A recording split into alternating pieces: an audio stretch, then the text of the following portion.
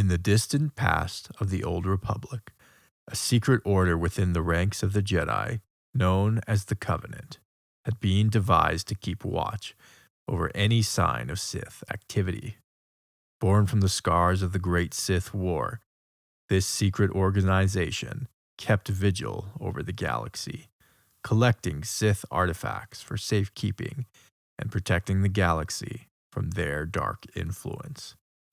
One Jedi and agent of the Covenant, an orphan girl born on a planet that had seen the first-hand effects of the Sith invasion, would find herself at the nexus of time and space, going where the Force would lead her.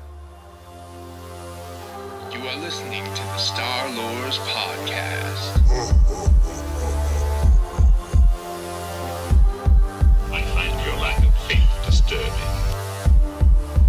Are you stuck-up, half-witted, scruffy-looking nerf herder? But I was going into Toshi Station to pick up some power converters.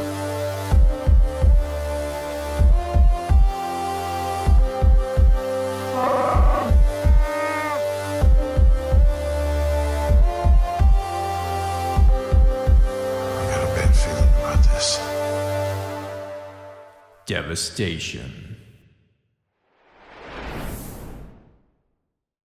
Celeste Morne was a human female whose life was uprooted as she was orphaned at an early age when her homeworld, Ossus, was left in ruin by the devastation of the Great Sith War in 3996 BBY.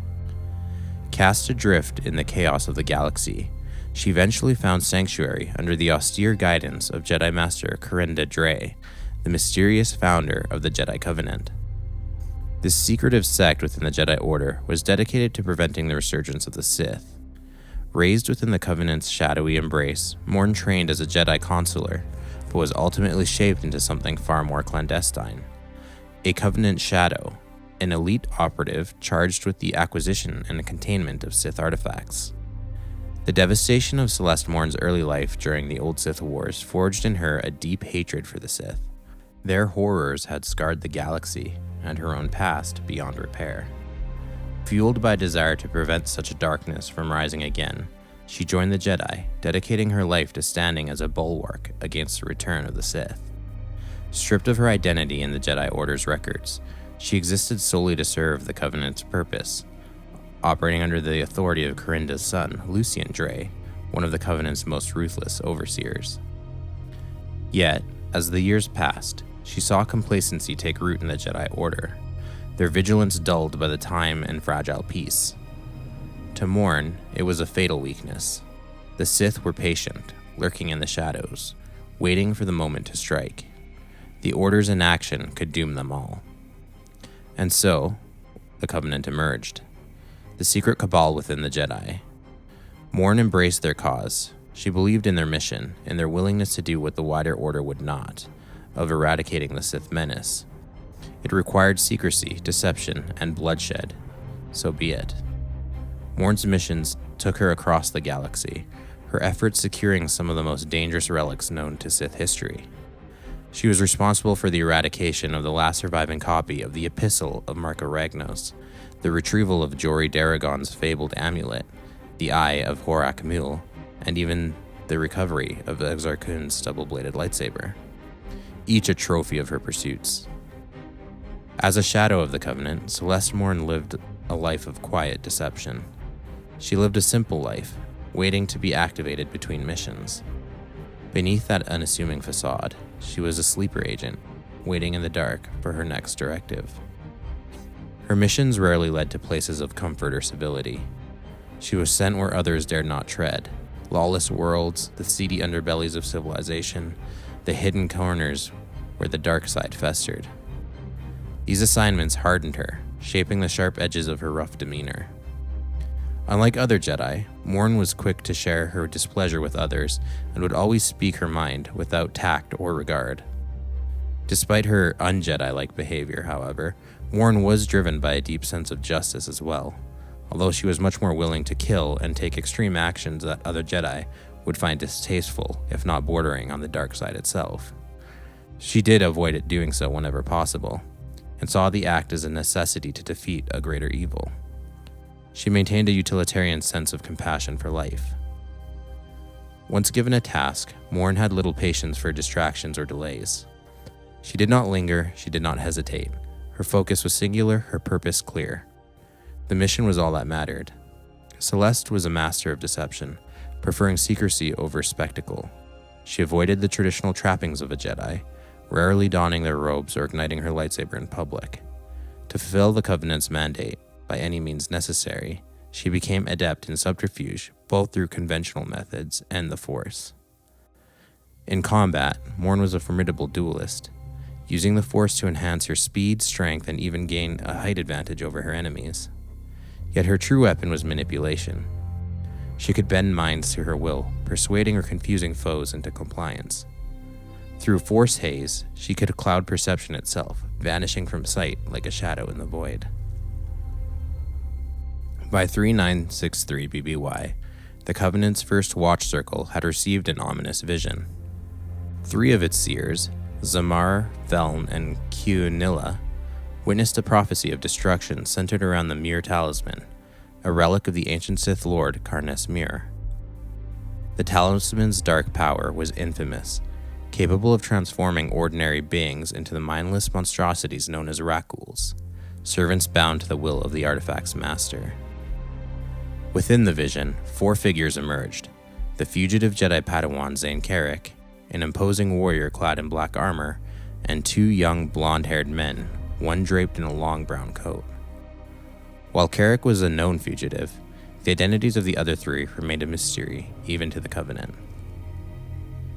Lucian Dre, wary of the prophecy's implications, dispatched Morne to Terrace, where the talisman was believed to rest in the depths of the planet's undercity, the only known breeding ground of the Rakul plague.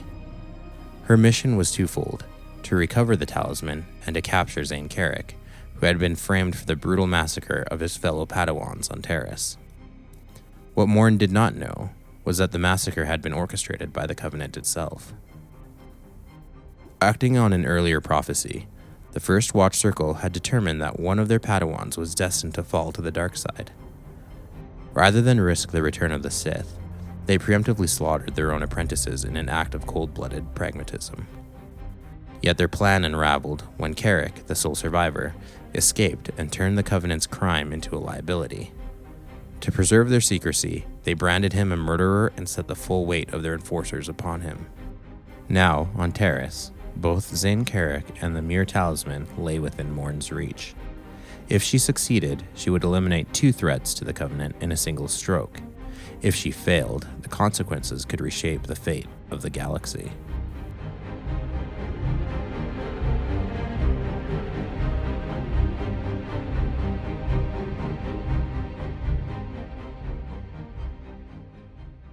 The hunt for the talisman.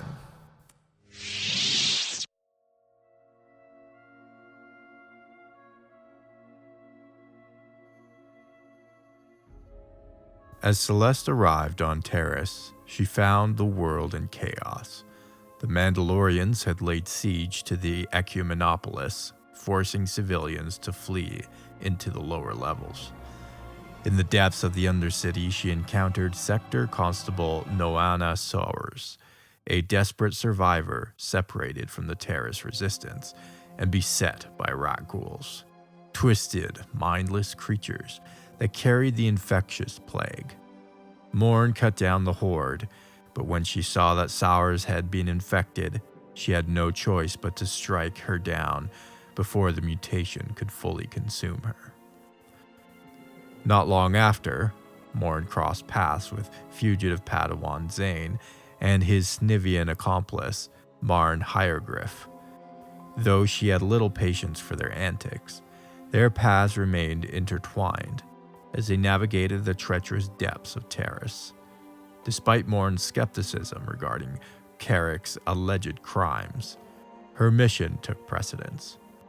Recovering the Mir Talisman was more important than bringing the fugitive to justice. Their search led them to a Mandalorian war party, where they discovered that the artifact had already fallen into the hands of Paul Cypher, a former scientist turned Mandalorian zealot.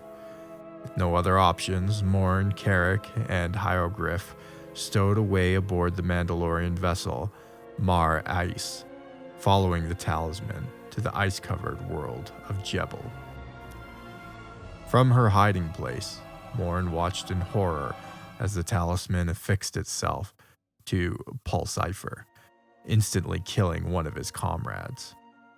When the Mar Ice landed, the trio infiltrated the Mandalorian stronghold, using stolen identities. However, their cover was soon blown, and before they could be captured, the Mandalorians themselves fell victim to the very power they sought to control. One by one, the warriors transformed into a new breed of Rakghoul, faster, more intelligent, and capable of wielding weapons. As Morne and Carrick fought their way through the war-forged halls of the Ice Citadel, they uncovered a grim revelation. Jebel was not merely a staging ground for battle, it was a death trap. The Mandalorians had unwittingly prepared their own doom. If the Rakghoul plague spread unchecked, the entire Outer Rim's warrior hordes could be turned into a monstrous army under the talisman's dominion. Worse still, the Mandalorians planned to invade Alderaan. The fate of countless worlds now hung by a thread, and Morne stood at the heart of the unfolding catastrophe.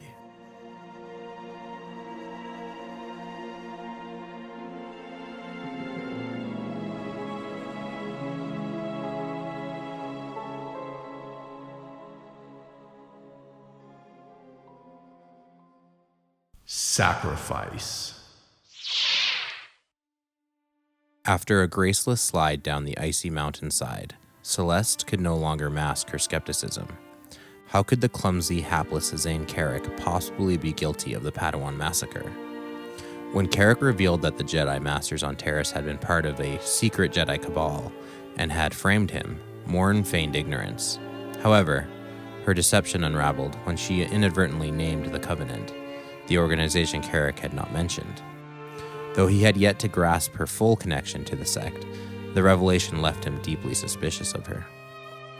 As Carrick set off to establish contact with his allies, Morne discreetly reached out to Lucien Dre, informing him of the impending Mandalorian invasion of Alderaan and the rampant Rakghoul plague spreading through Jebel.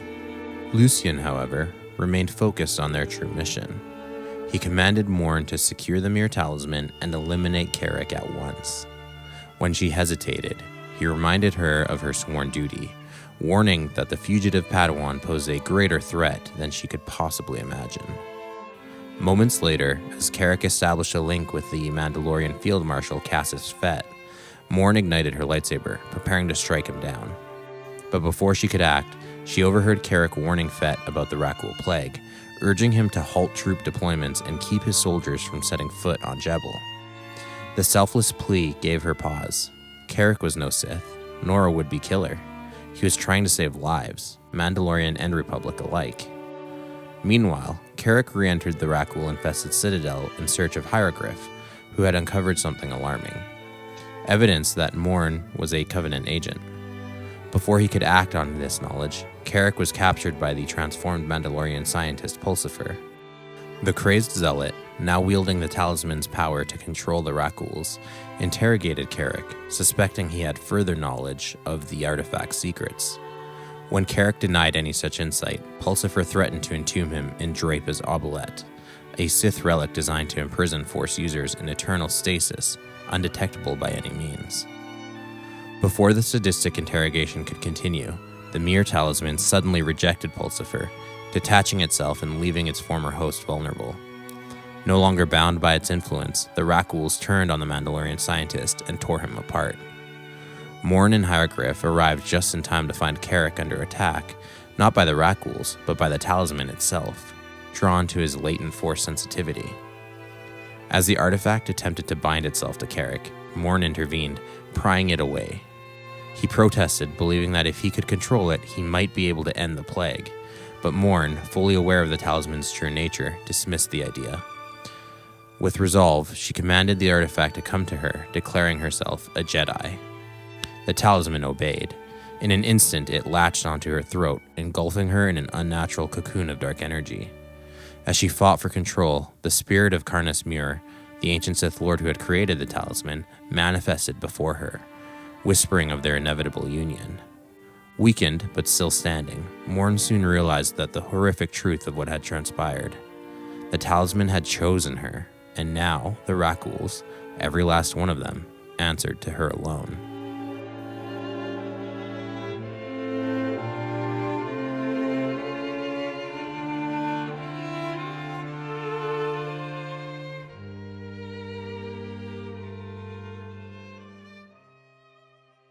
Life sentence. High above the frozen wastelands of Jebel, Zane Carrick stood in horror as Celeste Morne, now bound to the Mur talisman, commanded the Rakghouls with chilling indifference. She sent them forth to slaughter the remaining Mandalorians, spreading the plague without hesitation. Carrick saw it plainly. Morne was no longer the Jedi she once was. The talisman had corrupted her, its dark influence coiling around her mind like a vice. With a mere command, her Rakghouls retrieved Hieroglyph and Carrick's lost lightsaber. Dragged before them, the Snivian wasted no time revealing the truth.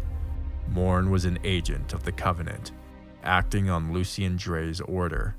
Carrick and Hieroglyph confronted her, forcing her to question whether her blind devotion to the Covenant was righteous or simply another form of Sith-like tyranny. Anger flared in her eyes, her hand tightening around her blade. She was ready to strike them down. But Carrick's words cut deeper than any lightsaber. He made her see the truth. By growing her Rakghoul army, she was doing exactly what the Sith desired. The Covenant had sworn to prevent the return of the Sith, yet she was now their unwitting instrument. The revelation shattered her resolve. Trembling, she regained a fragile grip on herself. The talisman was changing her. She could feel it, and in desperation she begged Carrick to strike her down before the Mandalorians arrived. But he refused. There was another way. With Hieroglyph's help, they carried Morne to Pulsifer's laboratory, where they found a Drapa Oblette. Created by the Sith Lord Remulus Drapa, this stasis casket had originally been built to imprison and torture Carnus Mur, containing the hypnotic influence of the Mur talisman. According to Pulsifer, the Oblette could preserve a living being for millennia, even beyond the death of the galaxy itself. No sensor, nor even the power of the Force, could penetrate its skin. It was, in essence, the perfect prison. Through her connection to Mur, Morne understood its purpose.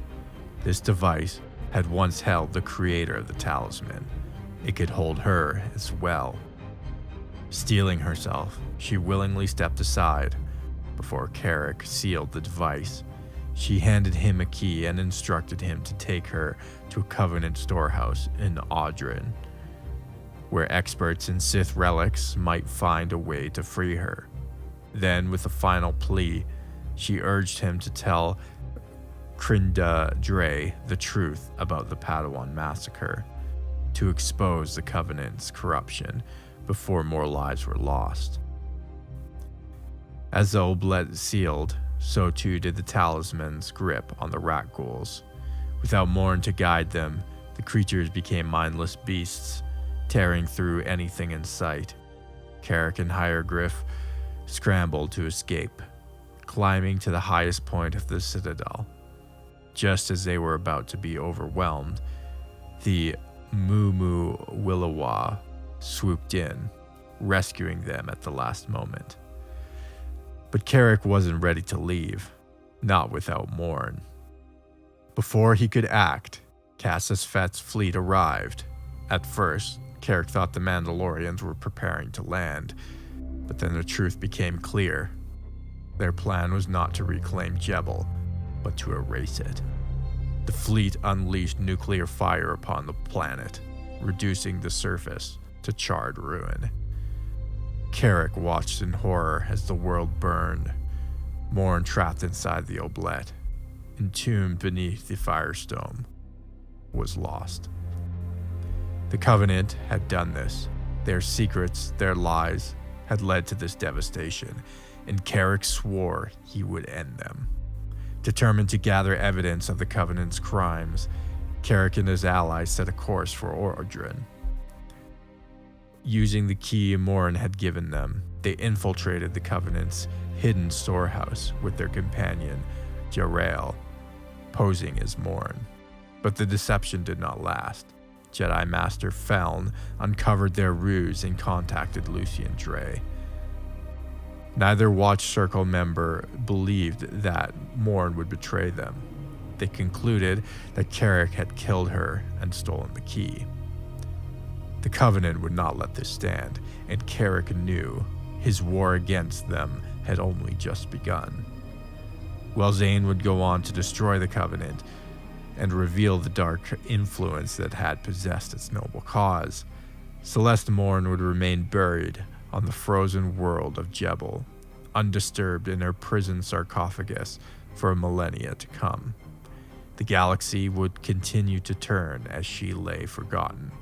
Wars would rage, Jedi and Sith would rise and fall, until the day someone would unwittingly discover the lost artifact and its occupant.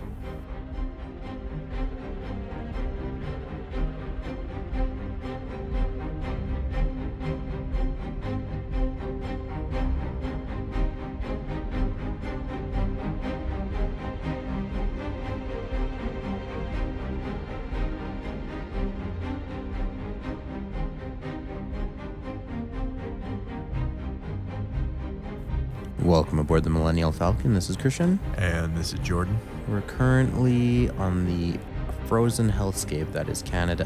Jebel. Just looking for some artifacts that might have gotten left behind here, and hopefully try not to catch the Rakul plague. Absolutely.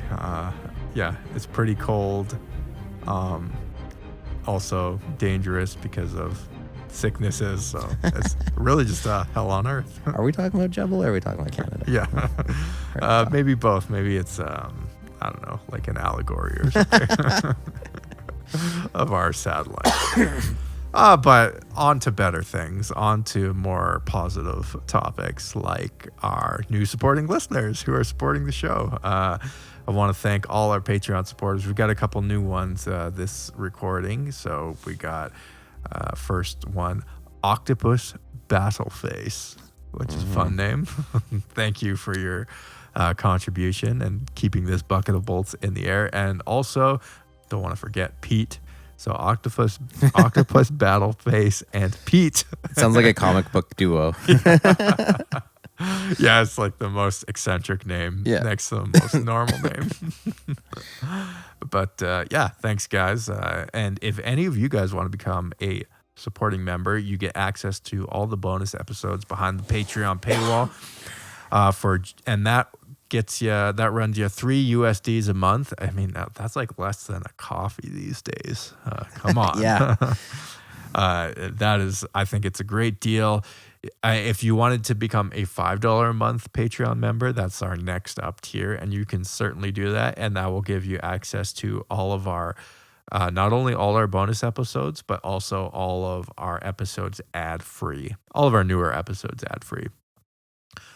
You can get access to that because I know a lot of people don't like sludging through the ads, which I know it's tough, but we got to pay the bills, right? Anyways, we also do single buy episodes on Patreon as well, if you wanted to do that for the bonus episodes, if you didn't want to do recurring, or you could also do a single donation to PayPal at starlordspodcast@gmail.com. Send us some some love in there. We also have merch on Redbubble, shirts, shoes. No, not shoes. Shirts. Not yet. Yeah, the Air Jordans are coming, and I mean Air Jordan, as in like a pilot of the Millennial Falcon, and my name is Jordan. You are the Air Jordan. Yeah, so you can buy merch on Redbubble. Also, help us spread the show, share the show with friends, family, people who you think might enjoy it, and rate and review the show on Apple Podcasts or Spotify or wherever you listen to podcasts that has a rate and review option. That definitely helps us out. Please and thank you very much. Also, follow us, Discord, Instagram, x.com, Facebook. All the links are in the description of the show, and you can click on that and follow us there. You can also send us a DM in those social medias as well. If you wanted to send us your Star Wars collections, fan fictions, headcanon, in-universe ads, or any corrections or comments on any of the episodes. You can also reach out to us, starlordspodcast@gmail.com, and get in touch. We love to hear from you guys. We want to bring in more discussion points into the actual episode. So if you have some questions or comments that you want to bring up, definitely send it to us and we'll bring them into future episodes. Anyways, back to Miss Morne. Miss Morne, that's not a bad nickname. Yeah. Yeah. Celeste Morne. I have a bit to say about her. For anyone who is familiar from the comic book series that spawned her, we're definitely not done with her story yet.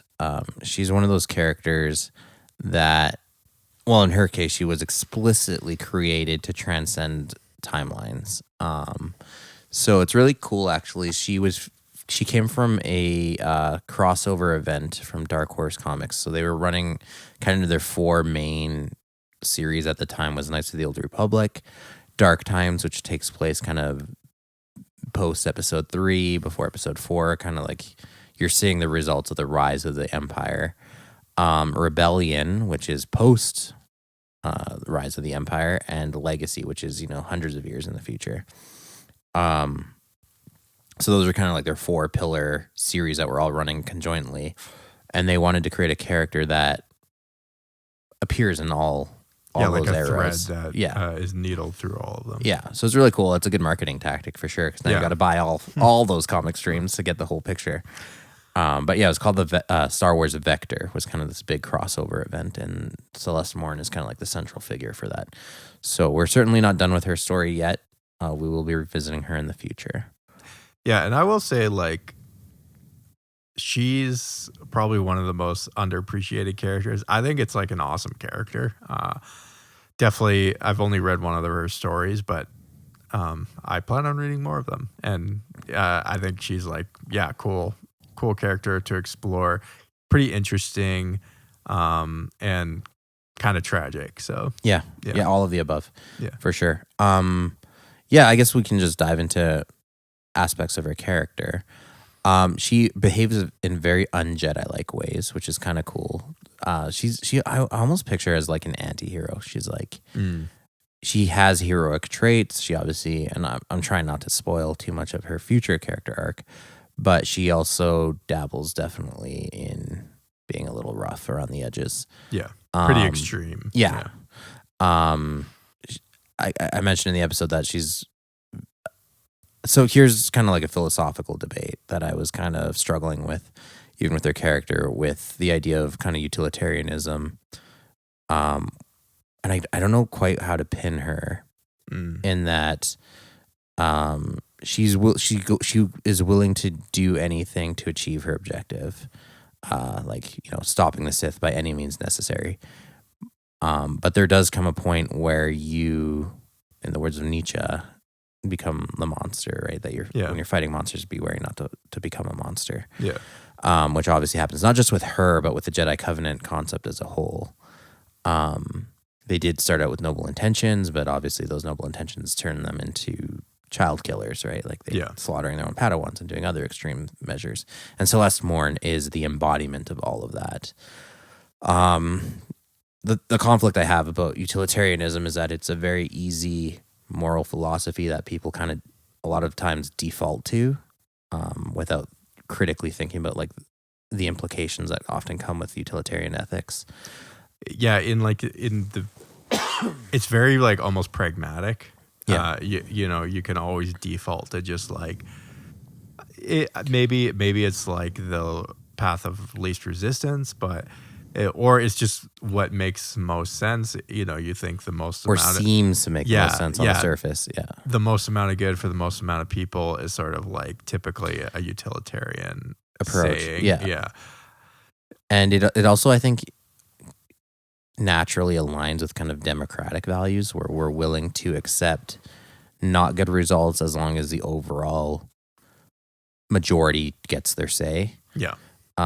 That might be something to do with it where we're speaking from a very distinct era in culture that we come from, like Western democracy, and people who think like that might tend towards utilitarianism just because of their natural political beliefs or alignment.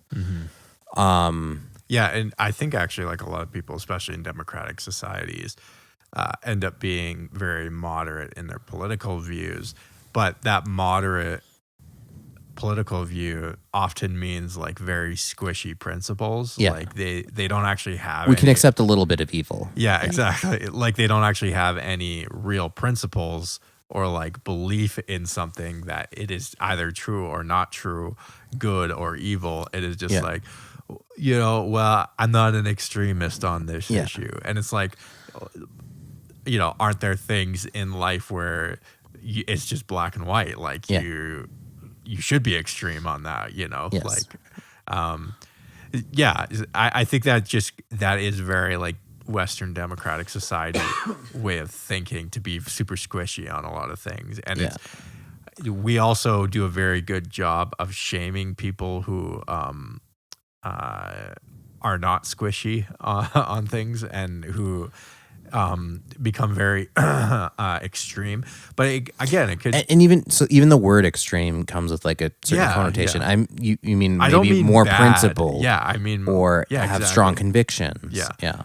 Yeah, and that's kind of the tough thing, right? Like, I don't know, you should be extremely against abusing your children, right? Like no one would vote for like someone who's like, okay, like we'll or as a society we'll accept a little bit of abusing your children. It's like, no, I'm pretty adamant that should never happen. You can only lock them in the basement for 2 days a week instead of and like not 5 feed them. days. Yeah, exactly. But that is how democracy ends up happening, and a lot of Yes. utilitarian ethics, by extension, also happen. Or because the idea of the greatest good for the greatest amount of people, they allow for bad things to happen to a small group of people that benefits the whole group of people. Yeah. And then again, you can also see how those kinds of principles can be hijacked too. If the majority votes that a certain group of people shouldn't have rights, then I guess that's what we're doing, right? Absolutely. So it can... Now, before we get any further, I do want to mention one of the guys who's considered to be the godfather or grandfather maybe of modern utilitarianism is Jeremy Bentham. I don't know how familiar you are with Bentham. Yeah, I know his corpse is preserved in a university. Yeah. Bentham, so I've actually done quite a bit of reading on him for another project I was doing. Very weird guy, in my opinion. Very, very eclectic. Definitely smart. Seems like smart. But Bentham invented the panopticon. Yes. And so if anyone doesn't know, the panopticon was basically this idea for a prison where you have all the cells are lined on prison walls that go in a big circle, and then you have a giant tower in the middle of that prison where the guards can just basically control the entire prison from the tower in the middle. And the whole idea is to have the guards concealed in the tower so you don't actually see them. You don't know if they're looking at you as a prisoner. Precisely. Yeah. So you act in a way as if the guards are always looking at you because you never know if they are or are not. Yeah. And Bentham, this was like his whole pet project. And actually he became like a lot more well known for other things, not about the Panopticon, but the Panopticon was actually like his like passion in life. He wanted to implement this on all of society. Yeah. He was like dead set on this, and he actually was able to get a few of these types of prisons installed in the UK, and I think a couple in America and Canada as well. And they ended up not lasting very long. Like I don't know why, I can't remember exactly the reasons why, but like he was like a very strict utilitarian, and really just felt like, well, think of how much money we could save on guards, and like if we had everyone just believing that they're being watched all the time, and it forces compliance in exactly your prison population. And everyone becomes conformist, and he's like, what if we could expand that to all of society, right? Like, and in a lot of ways, it's already happened. Absolutely. If you think about like how much of our privacy is violated like on a daily basis just through all of the devices we use, like we are kind of living in some kind of digital panopticon. Yeah, absolutely. And like how you behave when you know you're being watched. Again, but this I don't want to get too much on that rabbit trail, but this is like a product of utilitarianism. This is like how it all started, that belief, and then it just goes, it kind of spirals out of control, right? Like when you follow utilitarianism kind of, in my opinion, to its logical conclusion. Yeah, and it also allows for things like, there's a lot of thought experiments around utilitarianism about like if you have one healthy person with healthy organs and like 10 sick people that you could save if you harvest the healthy person's organs. Yeah, absolutely. Right? Yeah. Like there's a lot of moral dilemmas that... all the trolley problems. Right, exactly. All of a sudden, it doesn't sound like such a great idea. Regardless, so this is my struggle with, to bring it back to Star Wars, actually before we get back to Celeste Morne, on the Panopticon. Very big theme in Andor is the Panopticon too. And how they design their prison and everything. Yeah, which is very interesting. Yeah, so it is still Star Wars relevant, but not discussing Andor today. Back to Celeste. So this is where my struggle comes in, is this utilitarian default. A lot of media also defaults to utilitarianism, like a lot of writers and things, just like, oh yeah, I'm going to write my story around a utilitarian ethic because it makes sense to me as the writer.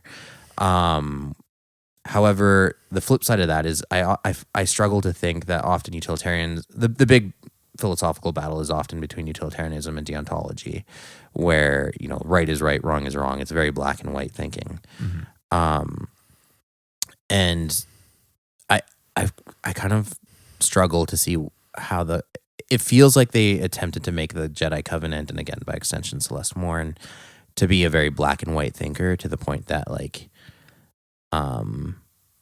they're so rigid in their Jedi views that they'll do anything to uphold the Jedi. Yeah. But what ends up happening in the story is that she actually comes off more like utilitarian, more pragmatic, willing to go to the extremes for the greater good, quote unquote, of preserving the Jedi, even if it means doing bad things.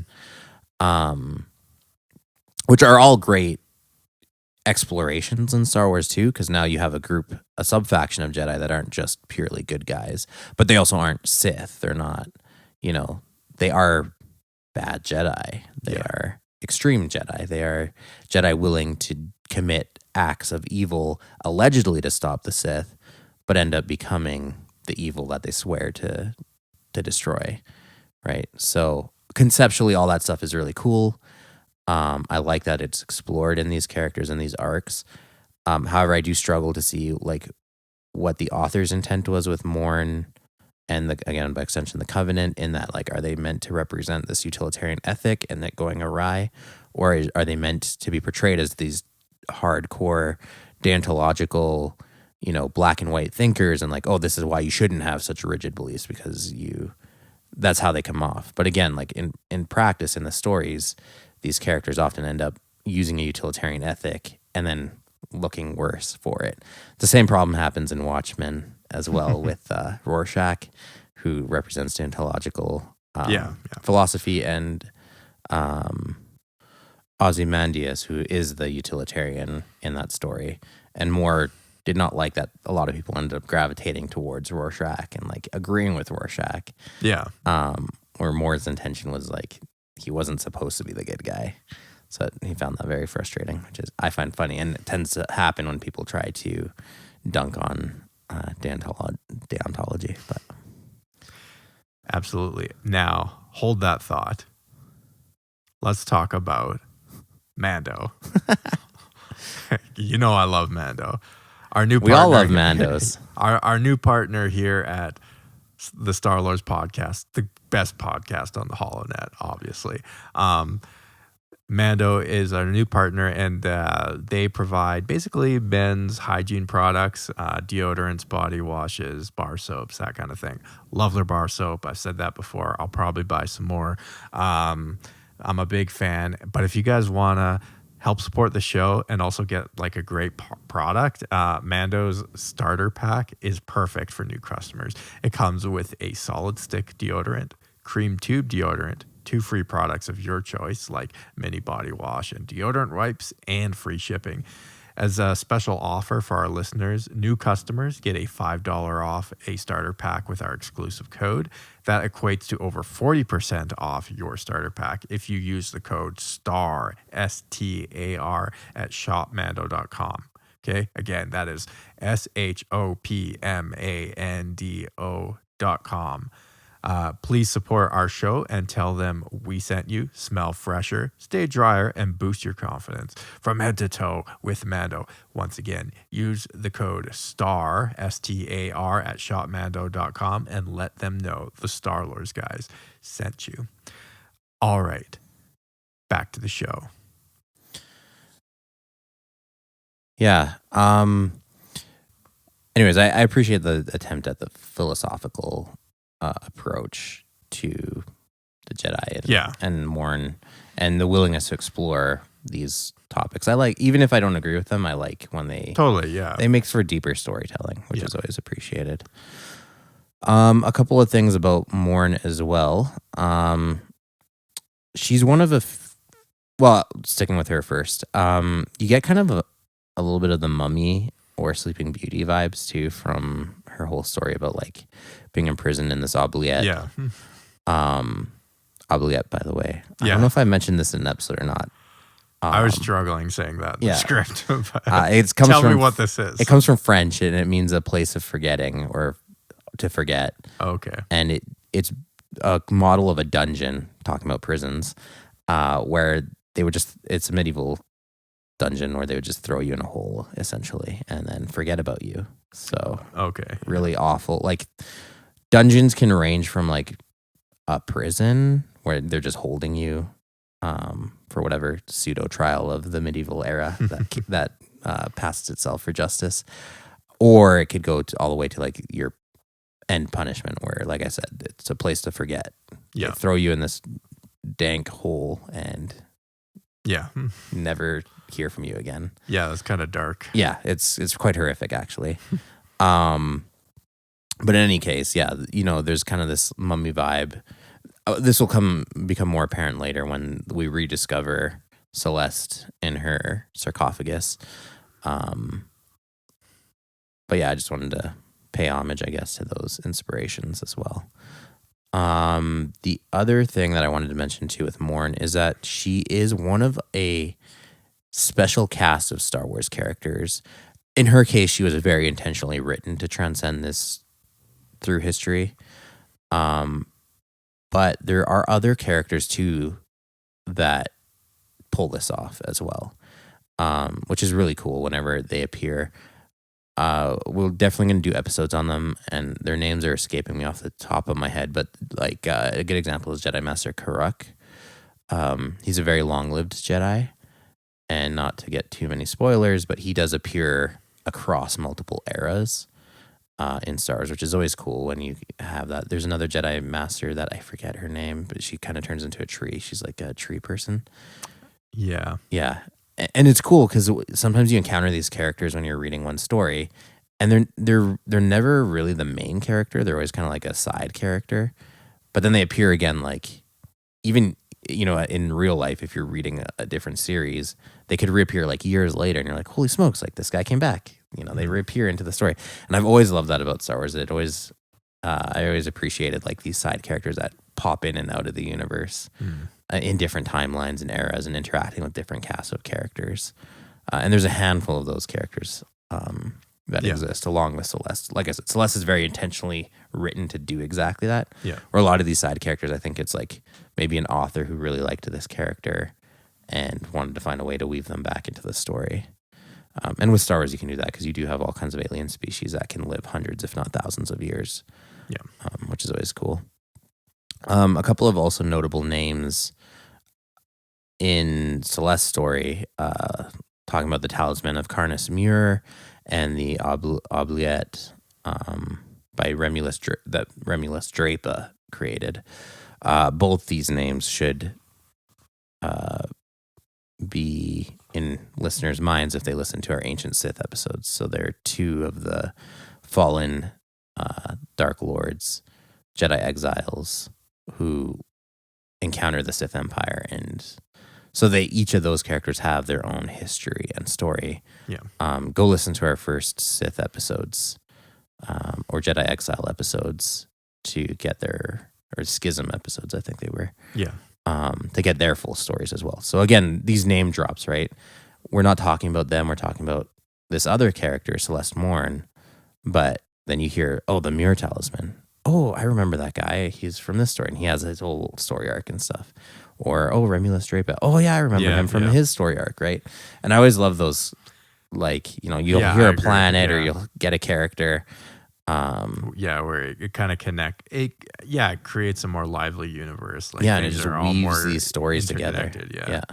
Yeah. When you hear like a Junta Paul, but like in a story, in the Jedi Knight games, right? About a character who lived thousands of years in the past, and then you also hear the name of Junta Paul and KOTOR, right? Yeah. You keep encountering these like mythic figures, which I always appreciate, and in a way they kind of transcend those storylines the same way, maybe not as directly as like these characters that I'm saying that exist across storylines. It's more like their names and their stories. Exar Kun is another one, right? Finding his lightsaber. It's always cool to have those callbacks and those names that you can lean on. Absolutely, yeah. But I was reading that there was no confirmed rank for Celeste Morne. Yeah. What do you think, Christian? Is she a master or a knight? It's hard to say because of the function she had as a shadow. They kind of like strip her of her Jedi identity. She's erased from the Jedi records. Like, I doubt she would take on a Padawan, and kind of one of the requirements to be a master would be that you ushered a Padawan into knighthood. Yeah. So I don't even see how that would be possible for her specifically in her role. However, like, that isn't to say her abilities or talents wouldn't be at the same level of a master, let's say. Yeah, that was going to kind of be my other point. Like, even though her rank isn't really very clear, she seems like quite a powerful Jedi. Yeah. Like, and this will become more apparent, like I said, when we come back to revisit her. She's going to encounter some other heavy hitters. Yeah. And certainly will be able to hold her own more so than most other characters. Yeah. I think especially at the time that she lived, in the Old Republic era, she must have been at least in the top 10. Easy. You don't think? It's hard to say because there's just Revan and Malak, obviously. Yeah. And maybe they're going to be stronger than her. Darth, Treya. Nihilus and Scion. Yeah, Nihilus and Scion. But like outside of those guys, I mean, certainly. She's got to be up there. Yeah. Like a lot of her abilities too are kind of unique. Yeah. Yeah, she's definitely a heavy hitter. I'll give her that. I'm hesitant to, and again, like her role, she operates as like a bludgeon for this organization, right? This sub-organization. So like you obviously have to be talented enough that they would recruit you for such a specialized task. Yeah. So all those things are kind of like built into her character, but until later, she doesn't really encounter any significant heavy hitters of her era. Enough, yeah. But she will, like I said, I'm trying to not be spoilery. But she also will encounter some other big hitters. Yeah, isn't it like later on? Again, spoilers, but like the Muir Talisman now is like she's using it, is she not? Or like she is using its power. Yes, but it's also a corrupting influence. Think of like Yeah. the One Ring, right? Like, Yeah. But again, she's able to control it to some extent, which speaks again to her own resiliency. Yeah. And she, even in her day-to-day activity, she does do a lot of dark things, but she still isn't corrupted in the same way by the dark side. You can argue that there is an element of corruption. Again, like she's very much willing to like execute people, as we see in her story. But again, she does it out of a noble, even if she might be morally wrong, she does it out of a noble intention. Whereas she's like not fully dark side, where, I'm just killing people for my own power or for my own gain, right? She has a greater objective in mind. Again, whether or not you agree with her is irrelevant. At least she's still holding herself to some moral code that's outside of the dark side. So, Yeah, for sure. which speaks again to her strength to be able to be that close to the darkness and not fully succumb and just like, oh, screw it, I'm just going to become like a psychopath.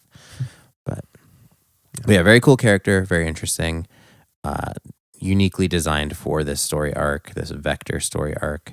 And definitely excited. We'll touch base with her again when we travel ourselves back into the future. Absolutely. And make sure you guys reach out to us. Let us know what you think of her, Miss Morne there. And let us know what your favorite Jedis of this era is, the Old Republic, which is always a favorite of mine, coming back here. Reach out to us. We are on x.com, Star Lords Podcast, Facebook, Star Lords Podcast, Instagram as well. Just search Star Lords Podcast. You'll find us. We are on Discord as well, happening community in there. So make sure you jump in on the Discord. Links are all in the description. Other than that, we'll see you later.